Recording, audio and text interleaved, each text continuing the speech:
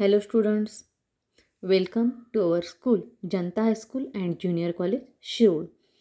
विद्यार्थी मित्रांनो, जनता हायस्कूल व ज्युनियर कॉलेज शिरोळच्या इयत्ता 5वीच्या वर्गात मी सौ यू.एस. पाटील तुमचं पुन्हा एकदा स्वागत करते. विद्यार्थी मित्रांनो, आजचा आपला विषय असणार आहे इंग्रजी.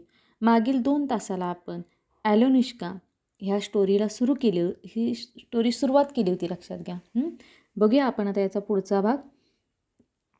तर ॲलोनिष्का ही आपल्या भावाला इवानुष्काला शोधत पुढं जात असते. आणि मग त्यानंतर काय होतं बघा, ती जरा जंगलातून वगैरे धावत जाते आणि त्यानंतर ती जंगलाच्या काठाला येऊन पोचते अगदी शेवटी. आणि मग तिला काय दिसतं बघा, she saw a hut on hen's feet turning round and round. ती काय बघते बघा, एक छोटीशी झोपडी जी कोंबडीच्या पायांवर आहे, ती गोल गोल गोल फिरत आहे. इनसाइड द हट बाबा यागा द विच. आणि ती काय बघते, त्या झोपडीच्या आत विच म्हणजे कोण, चेटकीन, बाबा यागा नावाची चेटकीन बसलेली आहे. And as the hut turn Alyonushka saw Ivanushka sleeping in a corner. आणि त्याच वेळेला ती झोपडी गोल फिरते, त्याला ती काय बघते की आपला भाऊ इव्हानुष्का त्या झोपडीमध्ये एका कोपऱ्यामध्ये झोपलेला आहे. कॉर्नर मीन्स कोपरा. ॲलोनिष्का वॉज फ्रायटनड. ॲलोनिष्का पहिल्यांदा घाबरली, लक्षात घ्या. But what could she do, she went inside the hut. पण ती काय करू शकत होती, तिनं काय केलं, ती त्या झोपडीच्या आत गेली. हू आर यू आस्क्ड बाबा यागा. आणि ती जी चेटकीन असते ती तिला विचारते, कोण आहेस तू, and why have you come, आणि का तू इथं आलेली आहेस. I am Alyonushka and I have come to take my baby brother. Said she and picked up her baby brother. बघा, ॲलोनिष्का काय करते, मी ॲलोनिष्का आहे म्हणते आणि मी इथं माझ्या छोट्या भावाला इव्हानुष्काला घेऊन जाण्यासाठी आलेली आहे असं म्हणते. आणि ती पटकन काय करते, आपल्या छोट्या भावाला उचलून घेते. पुढं बघा, come to take your baby brother. हे लापड बाबा यागा.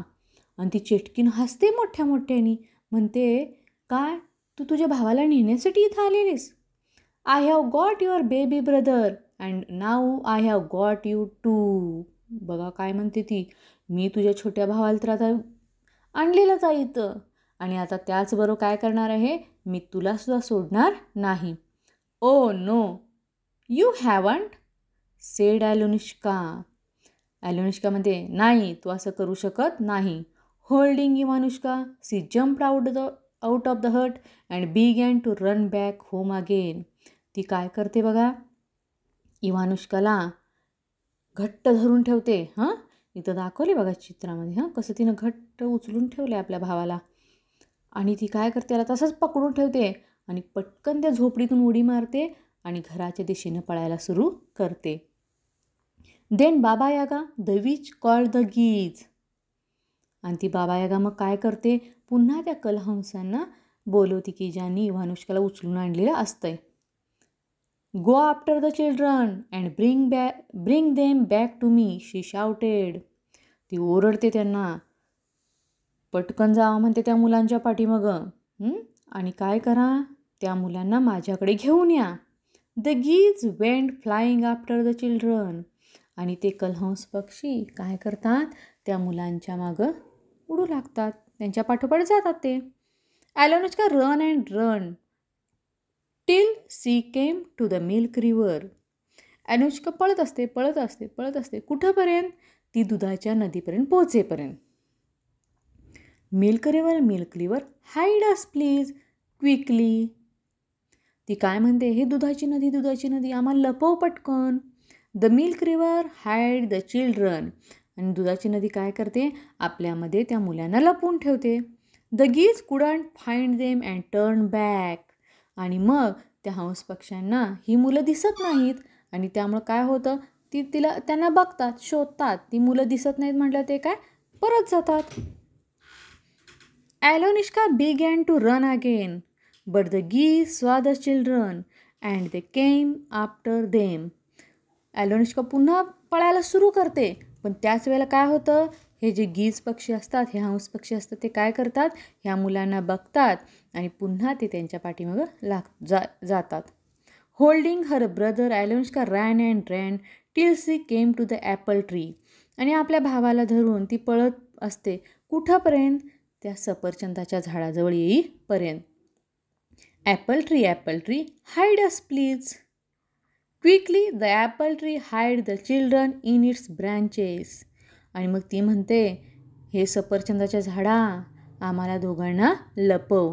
आणि मग ते सफरचंदाचं झाड काय करतं, त्याच्या ज्या फांद्या असतात त्या फांद्यांच्यामध्ये ॲलोनिष्काला आणि तिच्या भावाला इवानुष्काला लपवून ठेवतं. The geese couldn't find them and turn back.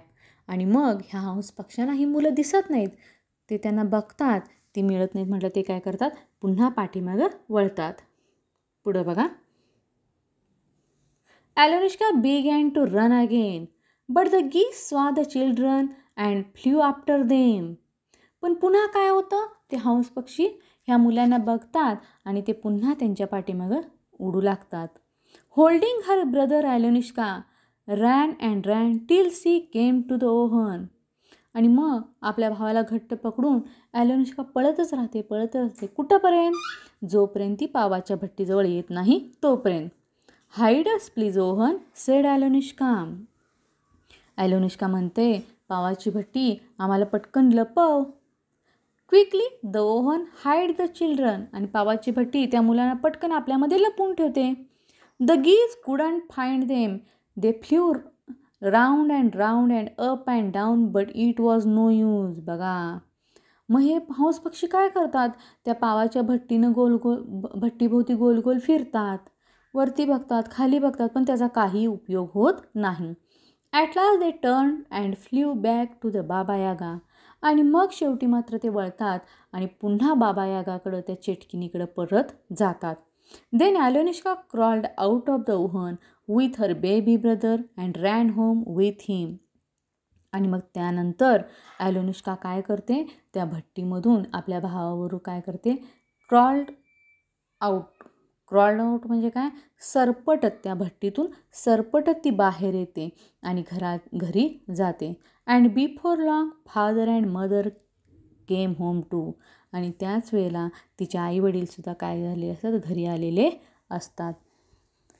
विद्यार्थी मित्रांनो, मागील 3 तासाला आपण ही स्टोरी बघितली, लक्षात घ्या हां. तर आता तुम्ही काय करायचं आहे, ही स्टोरी वाचायची आहे हां, व्यवस्थित वाचायचे आहे, त्यामधले शब्द समजून घ्यायचे आहेत.